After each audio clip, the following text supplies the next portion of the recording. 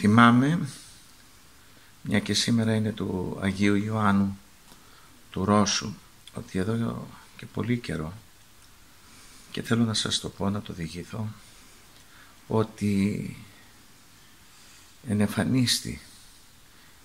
Ήταν μεταξύ ονείρου, θα έλεγα, και σαν όραμα, διότι ήταν τόσο ζωντανό. Ευρέθηκα, λέει, στον εκκλησία του Αγίου Ιωάννου του Ρώσου, στην Εύβοια, εκεί που είναι και το Άγιο Σκηνομά του.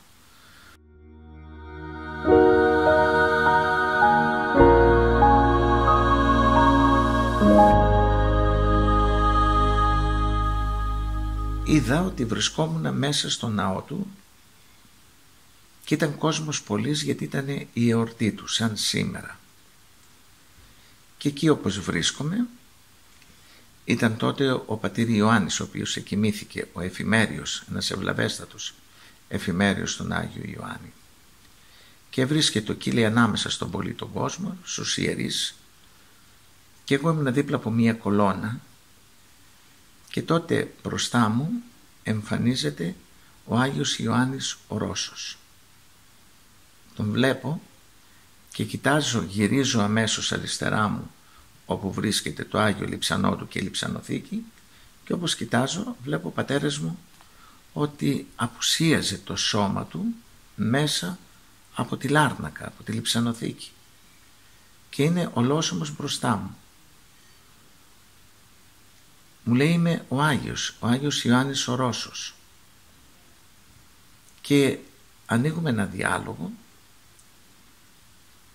και με ευχαρίστησε, διότι τον αγαπώ πάρα πολύ, διότι τον τιμώ όσο μπορώ, παρόλη την αμαρτωλότητά μου, και το θέμα είναι ότι έρχεται ο Άγιος κάποια στιγμή, μου είπε ότι ό,τι χρειάζομαι, που με πλησίασε, μου λέει, ό,τι χρειάζεσαι να γνωρίζεις ότι θα μου το ζητάς με το όνομά μου και εγώ θα το κάνω αμέσως αυτό το οποίο θέλεις. Αμέσως. Τον ευχαρίστησα τον Άγιο, συγκινούμε αυτή τη στιγμή, και του λέω, μπορώ να σε ασπαστώ? Και τότε έρχεται κοντά μου ο Άγιος και με παίρνει μια αγκαλιά. Με αγκαλιάζει έτσι, μέσα στα χέρια του με έκλεισε. Πρέπει να σας πω ότι όταν συνήλθα το πρωί και ξύπνησα, γιατί όπως σας είπα ήταν μεταξύ ονείρου, ζωντανό όνειρο, σαν όραμα περίπου, είχα τέτοια χαρά μες στην ψυχή μου και εκείνη την ώρα, τέτοια ουράνια αγκαλίαση που δεν ήθελα να τελειώσει. Και αυτό αισθανόμουν την ώρα. Μου λέει, μην το ξεχάσεις, πατέρα Νεκτάριε, ό,τι θέλεις θα μου το ζητάς με το όνομά μου και εγώ θα το κάνω.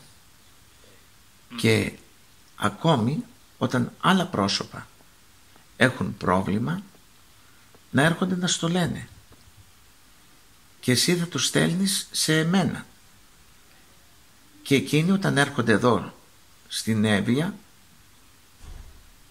στην εκκλησία μου, να μου λένε ότι ερχόμεθα από το γέροντα Νεκτάριο και μας είπε να τον σε παρακαλέσουμε εξ ονόματός του να μας κάνεις αυτή τη χάρη. Και εγώ, μου λέει, θα την κάνω, πατέρα Νεκτάριε, αρκεί να μου το στείλεις εσύ, γιατί σ' αγαπώ πάρα πολύ, μου λέει, διότι με τιμάς όλα αυτά τα χρόνια. Και όπως έτσι με είχε αγκαλιά, δεν ήθελα πραγματικά να τον αφήσω. Τον ασπάστηκα. Μου είπε και άλλα πράγματα τα οποία δεν τα ενθυμούμαι αυτή την ώρα να σας τα διηγηθώ.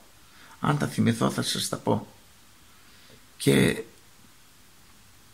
μου λέει, τώρα όμως, επειδή έχει πολύ κόσμο, πρέπει να πάω μέσα στη λειψανοθήκη, γιατί πρέπει να με προσκυνήσουν ο κόσμος. Και πράγματι κοιτάω δίπλα μου ότι ο κόσμος είχε σαστήσει, διότι έλειπε μέσα από τη λάρνακα το λειψανό του. Με αποτέλεσμα τον βλέπω να βαδίζει, πηγαίνει στη λειψανοθήκη και μπαίνει μέσα. Πριν λοιπόν ξαπλώσει και πάρει αυτή τη στάση όπως βρίσκεται έτσι, με χαιρετάει και μου λέει, Γέροντα,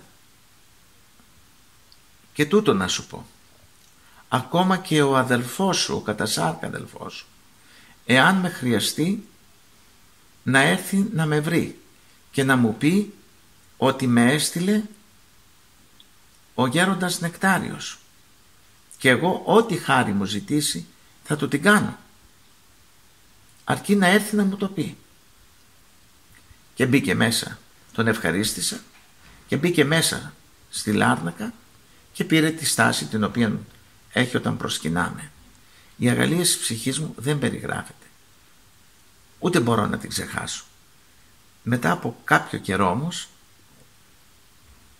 ένα από τα 5 παιδιά του αδελφού μου αρρώστησε με μια σοβαρή ασθένεια.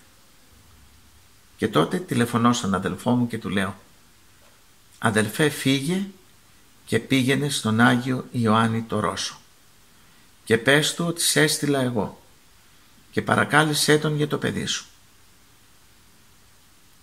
Ήταν μια πολύ δύσκολη ασθένεια που είχε κάποιο από τα παιδιά του. Τότε ο αδελφός μου παίρνει όλη την οικογένειά του και πηγαίνει στην Εύβοια στον Άγιο Ιωάννη το Ρώσο. Παρακαλάει τον Άγιο και του λέει: με έστειλε ο αδελφός μου εδώ, ο γέροντας Νεκτάριος. Σε παρακαλώ, θέλω το παιδί μου να γίνει καλά. Άναψε τη λαμπάδα του, προσκυνήσαν το λειψανό του και γύρισαν πίσω. Όταν γύρισαν πίσω, μεγάλο το όνομα του Θεού μας, προς δόξαν Θεού το λέω, και του Αγίου Ιωάννου του Ρώσου, το παιδί του ήταν και παραμένει εντελώς καλά. Δοξασμένο το όνομα του μεγάλου μας Θεού και του Αγίου Ιωάννου του Ρώσου, τον οποίον τον ευχαριστώ που τόσο πολύ μ' αγαπάει όπως και τον αγαπώ, και εύχομαι μαζί στα ουράνια να βρεθούμε πάντοτε. Σας το λέγω αυτό για να δείτε ότι ο Άγιος Ιωάννης ο Ρώσος είναι ένας ζωντανός Άγιος και αυτό που λέει πράγματι και το κάνει. Είναι ζών ο Άγιος, κινείται και είναι ανάμεσά μας.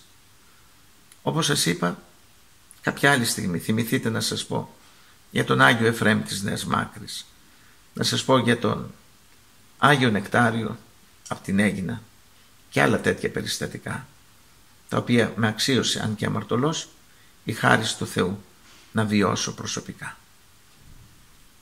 Αυτά έτσι για να δοξάζετε κι εσείς, παιδιά μου, τον Άγιο Ιωάννη το Ρώσο που σήμερα η Εκκλησία μας τον τιμά.